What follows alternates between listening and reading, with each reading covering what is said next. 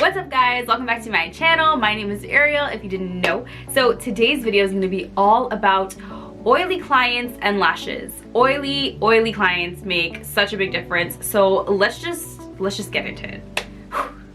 So in terms of having oily clients, sometimes people seem to stay away from lash extensions or feel like they're just not for them or they can't get them. But that's not necessarily the case. It's just that you have to do a couple more steps as the lash artist and a couple more steps as the client if you want to maintain a good retention and have your lashes on for a nice amount of time. Okay, so number one tip is making sure when your client comes in that you're doing a nice wipe down. So that doesn't mean just cleaning off their lashes and making sure their lashes are clean. It actually means making sure their lids are clean. So I don't know if you've ever noticed this, but oilier clients tend to have super oily lids. So when their face is oily, sometimes you don't see it right away, but those lids can get super glossy super fast. So you want to make sure that when your client sits down and you're ready to go ahead and lash, you definitely give them a nice clean wipe on their actual lids, so that way when you do go ahead to apply, nothing from the lid can kind of go down to the lash line and compromise your retention. So usually this means using a wipe of some sort, or even using an oil-free makeup cleanser or a face wash or something that just cleans off the lid and takes away any of the oil and absorbs that extra dirt, oil, anything there that can compromise your retention.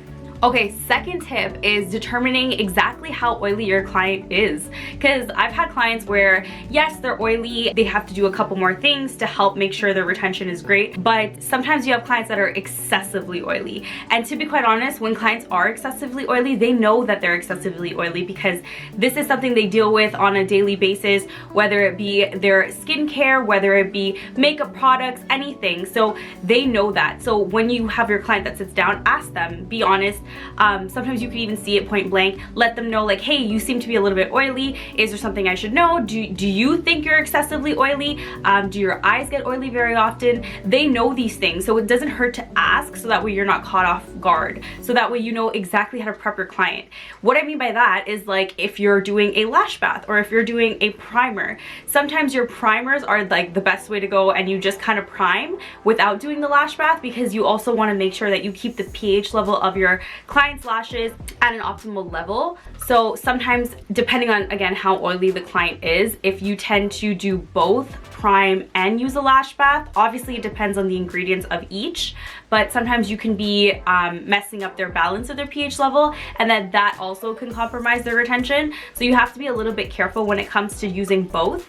But again, it also depends on ingredients and how strong those ingredients are in terms of drying out your client's lash. So like I said, if you know how oily your client is, you'll better know how to serve them. So that means if your client is excessively oily and you can see it and they know it, then in that case you would definitely do a prime and a lash bath to make sure that you have a great base to start with.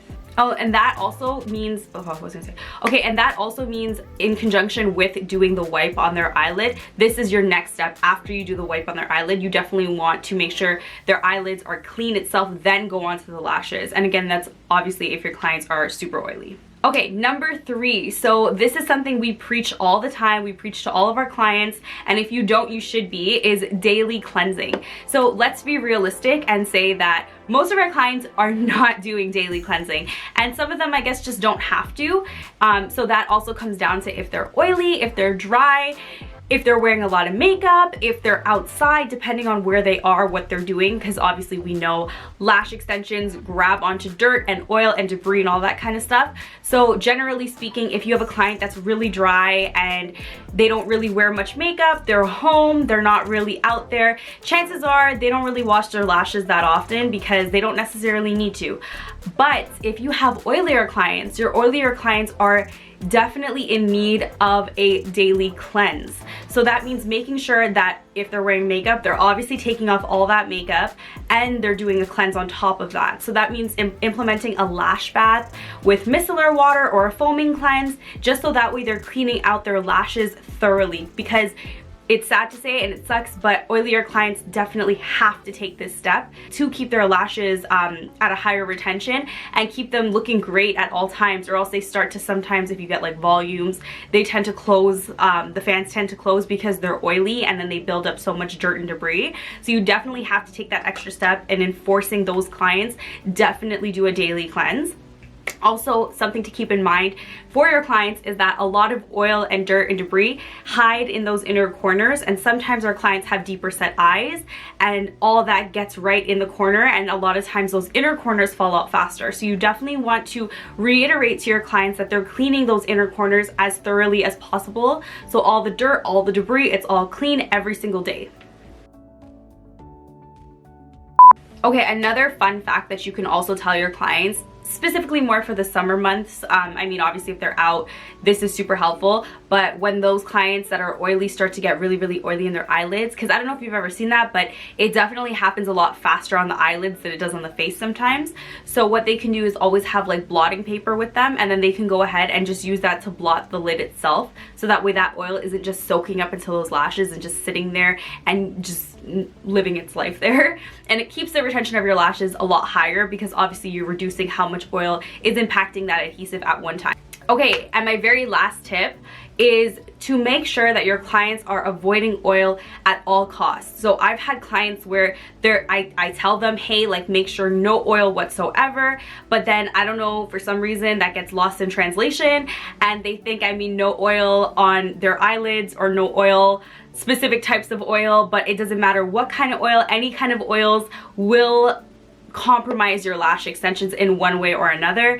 Either an oil will actually break down your bond, which is usually what it does, or it can, in terms of volumes, it can definitely close those volumes because the oils are super heavy and those fans will just totally shut. So you definitely want to make sure that you're reiterating to your client that no matter where it is on your face, you are avoiding oil. Because I've had clients tell me, hey, like, yeah, I don't put oil, I asked them, and then they're like, hey, I don't put oil on my eyes, but I put oil like on my cheeks and like all on my nose and on my chin and all that. And I'm just like, wait, that's definitely what you don't want to do, because what happens is your skin is like a sponge and it will soak up all that oil and it will spread and expand.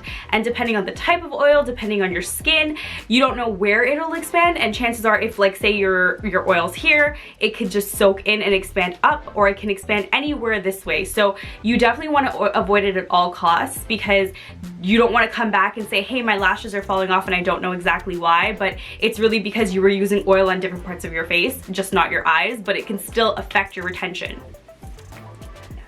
I even had one client where, I mean, like, I went over the whole thing, no oil anywhere, avoid it from skincare, avoid it from makeup, all that good stuff, and then she still asked me, can I still use my oil-based cleansing balm? And I was like, no, no, you cannot. So definitely make sure that your clients are asking the right questions, because sometimes they just don't understand that you mean oil entirely. It doesn't matter what the product is, it doesn't matter where the product is on your face, just avoid it at all costs to keep your attention high.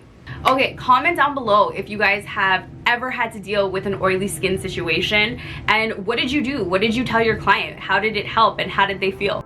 Okay guys, that is it for this video. Don't forget to like, comment, share, and subscribe. And please remember that I post every single Tuesday and Thursday, so don't forget to hit that notification bell right there.